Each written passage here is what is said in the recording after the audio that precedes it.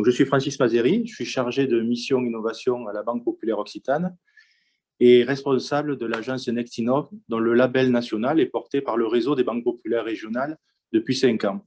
Alors, je le dis et j'insiste, ce label peut intéresser nos auditeurs, puisqu'ils peuvent se rapprocher au sein de leur région des personnes habilitées à travailler sur ce secteur-là.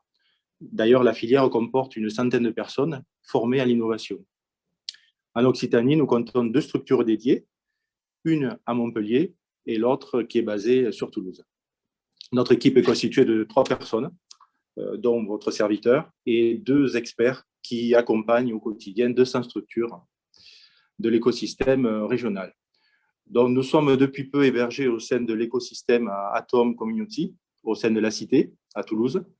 C'est l'équivalent de la structure créée par Xavier Niel, la station F, que vous connaissez tous, sur une surface moindre, puisque nous sommes sur 14 000 m², mais alors que celle de Xavier Niel est de 50 000, je crois. Mais enfin, c'est déjà une très, très belle structure, puisque plus de 80 startups sont représentées, et surtout, tout ce qui compte de l'écosystème public est présent avec les principaux incubateurs régionaux. BPI ne l'est pas encore, mais devrait l'être. ADOC, pour ceux qui connaissent. Enfin, nous sommes au centre du réacteur, dirons-nous.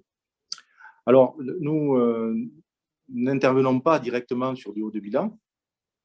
Pour autant, notre action est prégnante puisque nous intervenons dans le comité d'engagement de l'IRDI, pour ceux qui connaissent, à travers 2 fonds spécialisés, un sur l'amorçage et l'autre sur du capital développement, dont les investissements vont de 500 000 € sur la partie amorçage jusqu'à 2 millions et au-delà pour le développement de 2 millions à 10 millions d'euros.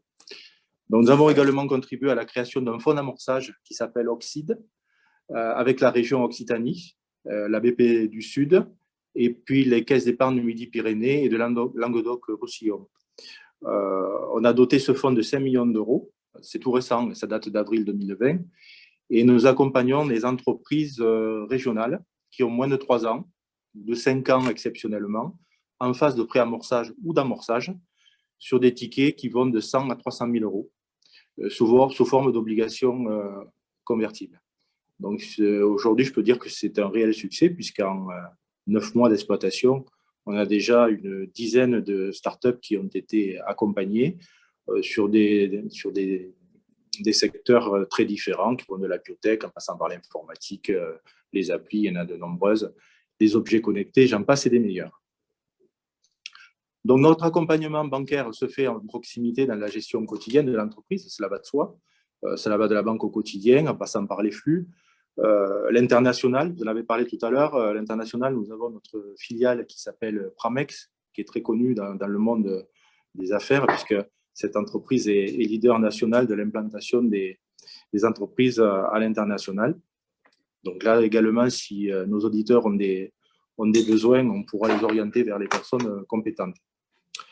Au-delà de ce quotidien, nous intervenons sur de la dette de bas de bilan, c'est notre métier premier, à condition que soient respectés 4 critères. Le premier, c'est que l'entreprise doit être accompagnée par une pépinière ou un incubateur, être accompagnée par BPI, ça a été dit tout à l'heure, mais ça, je pense qu'ils sont incontournables et sans avoir l'appui de BPI, mais le critère innovation est difficile à avoir.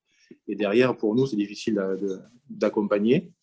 Elle doit s'adresser également à du B2B et puis également avoir un POC validé et avoir commencé à vendre. Donc, en conclusion, pour ma partie, je voudrais dire que nous n'avons de cesse d'orienter les porteurs de projets vers les acteurs de l'écosystème, à même de les aider à conforter les fonds propres. Tout à l'heure, il a été parlé du réseau Entreprendre, du réseau Créalia, BPI, bien évidemment, la région et les fonds d'investissement dédiés que je vous ai dépeints. Donc, sans plus attendre, je vais passer la main à Lydia, qui va vous parler de notre accompagnement en termes de court terme et de financement moyen terme auprès de nos startups. Bonjour à tous. Je me présente Lydia Maillot. Je fais partie des 100 au niveau national d'experts innovation.